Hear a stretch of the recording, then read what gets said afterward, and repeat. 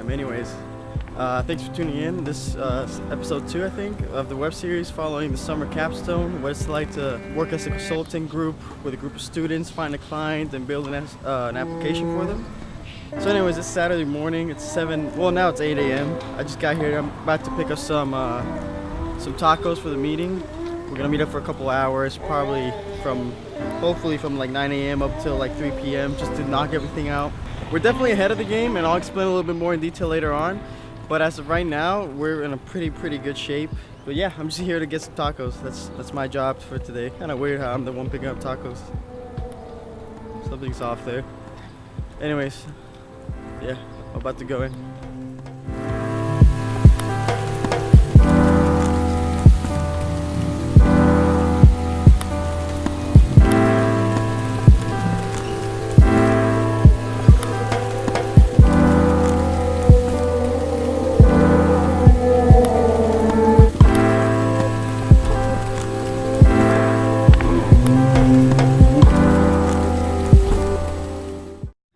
Got the tacos now. On my way to school just to meet and work on the projects. Try to get the most out of it, actually. Saturday, no one wants to work on a Saturday, but we've been meeting on every Saturday. Unfortunately, I haven't recorded every Saturday meeting, primarily because, first of all, it's not entertaining, and second, or probably most important, is that it's probably a lot of work, so I'd rather just do the work and then record or talk about it. Like for today, this is gonna be a lot of work, but at the same time we're ahead of the game, so we can definitely take some time to talk about where we're at. We seal, or at least try to do as much as possible for the initial project plans, which is basically where you talk about the client, the problem, and you go in detail as to like why we're building something for them and what's the benefit of the application that we're building for them. And as a class requirement, the bare minimum that we have to save the client is at least $50,000 within the next 5 years. But yeah, that's enough for now. I'm not gonna bore you with any more details for now. Right now I'm just gonna go to U of H and meet with my crew. All right, see you guys.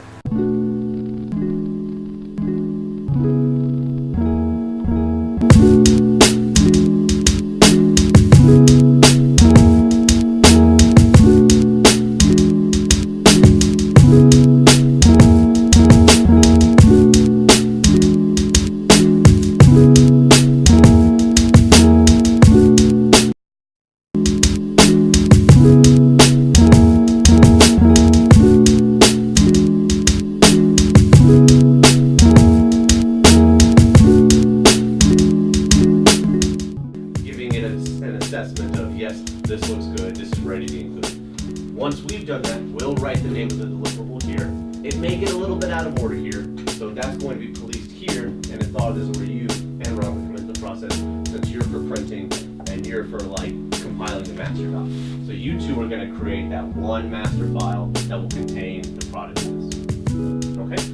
And just for those of you who just showed up, this is actually going to be addressing today's work. A lot of these are in the finalized state right now. We're already kind of going in on collaboration about what's been finished, must-haves and good-to-haves. Because risk control will be very tied to what you've already written by the business case, this control procedure is going your way. Technical control procedures, these three are going Eric's way. Robert, I kind of really want to hyper-focus you on that half. So if you've got some collab efforts of working with Eric on the tech one, that'd be great. But that's a good-to-have kind of low for you. And I'm going to finish problem for you. You've got scheduling, PERT, Gantt, milestones, and the WBS. WBS and scheduling are essentially the same thing. What is the status on the constraints? It's almost done. Okay, sounds good. Almost done. Go ahead and peripherally push that to a finalized state, and then do your own design edits. And if you made it, it's probably already designed. And then Juan and I will be living inside this box right here. Okay. Let me see. Oh, okay. I like it. Okay. So those are the two roles that you'll have, Robert, just implementing, which you've already done. But we're not. Okay. So what else should live in development and implementation? Testing. Testing. Very true. Very true. That's true. You can call it Just testing? functional testing. Yeah.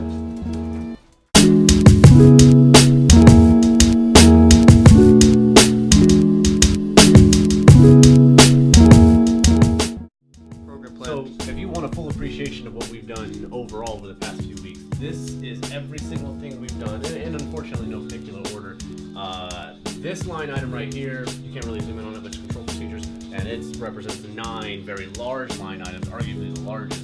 And this is all what we've done. Hell of a project, man. Moving everything over piece by piece.